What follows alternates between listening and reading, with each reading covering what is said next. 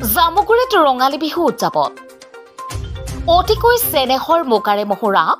তাতোকৈ চেনেহৰ মাকু তাতোকৈ চেনেহৰ বহাগৰ বিহুটি নাপাতি কেনেকৈ থাকো নগাঁও জিলাৰ সদৌ জামুগুৰি যুৱক সমাজৰ সৈজনত জামুগুৰি সমূহীয়া ভৱনত শনিবাৰে দিনজোৰা কাৰ্যসূচীৰে কেন্দ্ৰীয়ভাৱে ৰঙালী বিহু উৎসৱটো উদযাপন কৰা হয় কাৰ্যসূচী অনুসৰি পুৱা বৃক্ষৰোপণ ভেষণ প্ৰতিযোগিতা আৰু বিহুগীত প্ৰতিযোগিতা অনুষ্ঠান অনুষ্ঠিত হয় দুপৰীয়া মুকলি বিহু প্ৰদৰ্শন কৰা হয় সন্ধিয়া শাৰীৰিকভাৱে সক্ষম দুজন ব্যক্তিৰ গীতৰ সন্ধিয়া বন্তি প্ৰচলন আৰু মঞ্চ উদ্বোধন কৰা হয় নিশা 7 বজাত উৎসৱৰ উদযাপন সমিতিৰ মহিলাৰ দ্বাৰা জেং বিহু প্ৰদৰ্শনৰ পিছতে আধুনিক নৃত্য প্ৰতিযোগিতা অনুষ্ঠান অনুষ্ঠিত হয় বুলি সদৌ জামুগুৰি যুৱক সমাজৰ সভাপতি কৃষ্ণকান্ত নাথ আৰু সম্পাদক দিব্যজ্যোতি নাথে আজি এডল সাংবাদিকক জানিবলৈ দিয়ে এবছৰ আমাৰ জামুগুৰি সদৌ জামুগুৰি যুৱক সমাজে আমি সমূহীয়া ভৱন প্ৰাংগণত কেন্দ্ৰীয়ভাৱে আমি ৰঙালী বিহু উৎসৱ উদযাপন কৰি আহিছোঁ আমি বহাগ বিহুৰ আৰম্ভণিতে আমি 10 দিনীয়াকৈ অঞ্চলৰ প্ৰশিক্ষাৰ্থীসকলক লৈ বিহু কৰ্মশালা আৰম্ভ কৰিছিলোঁ 10 দিনীয়া কৰ্মশালাত আমাৰ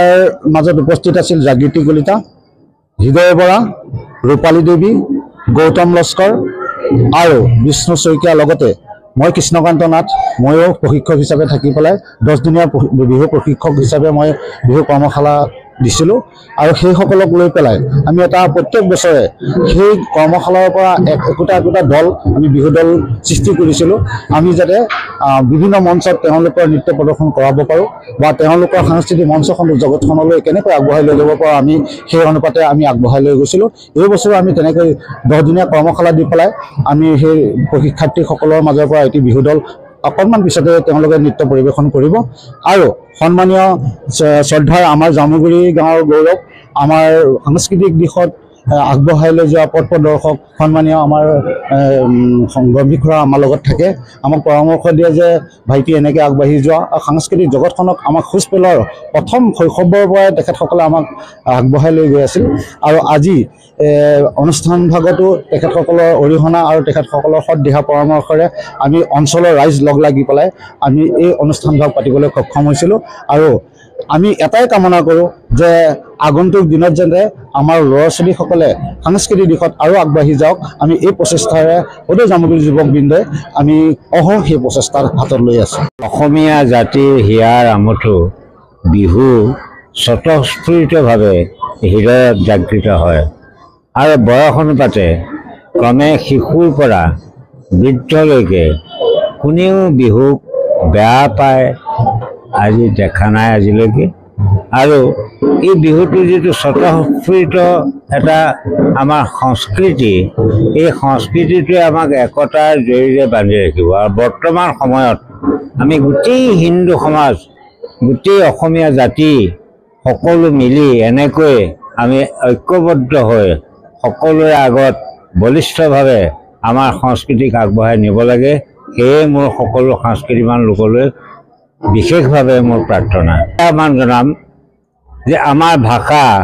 সংস্কৃতি কৃষ্টি এই গোটেইখিনি আমি বুকুত সাৱটি ল'ব পাৰিলেহে আমি অসমীয়া বুলি গৌৰৱ কৰিব পাৰিম আৰু সঁচাকৈ আমি আনন্দিত যে আজি এই মঞ্চতে শিশুসকল আগবাঢ়ি আহিছে তেওঁলোক আমাৰ উঠি অহা প্ৰজন্ম তেওঁলোকৰ বুকুত তেওঁলোকৰ মনত তেওঁলোকৰ হৃদয়ত আমাৰ ভাষা আমাৰ সংস্কৃতি আমাৰ কলা এই গোটেই বস্তুখিনি তেওঁলোকে নিশ্চয় অনুধাৱন কৰিব পাৰিছে শিশুকালৰ পৰা আৰু ভৱিষ্যতেও তেওঁলোকে ইয়াক সামৰি ৰাখিব পাৰিব বুলি মোৰ বিশ্বাস আছে আজি যি প্ৰচেষ্টাত আমি বিহুখন আগবঢ়াই যাবলৈ বিচাৰিছোঁ কিন্তু আমি ভাবিছিলোঁ যে চৰকাৰৰ পৰা কিবা অৰিহণা পাম আৰু হয়তো এই অৰিহণাখিনি আমি নাই পোৱা আমি গাঁৱৰ পৰা ধৰি লওক আমাৰ নিৰ্দিষ্ট 2-এজন ভাই ককাইৰ পৰা তুলি তালি আমি বিহুখন পাতি আছোঁ আৰু পাতি যাম আগলৈ সেই অসমবাসীক জনাওঁ যায় আগত দিনকেইটা আমাৰ এই বিহুখনক চাওক আপোনালোকেও চাওক আমিও দেখুৱাব পাৰোঁ যাতে এইখিনি আপোনালোকক কৈ সামৰণি মাৰিলোঁ ঢিঙৰ পৰা আবুল হুছেইনৰ ৰিপৰ্ট ডেইলি 24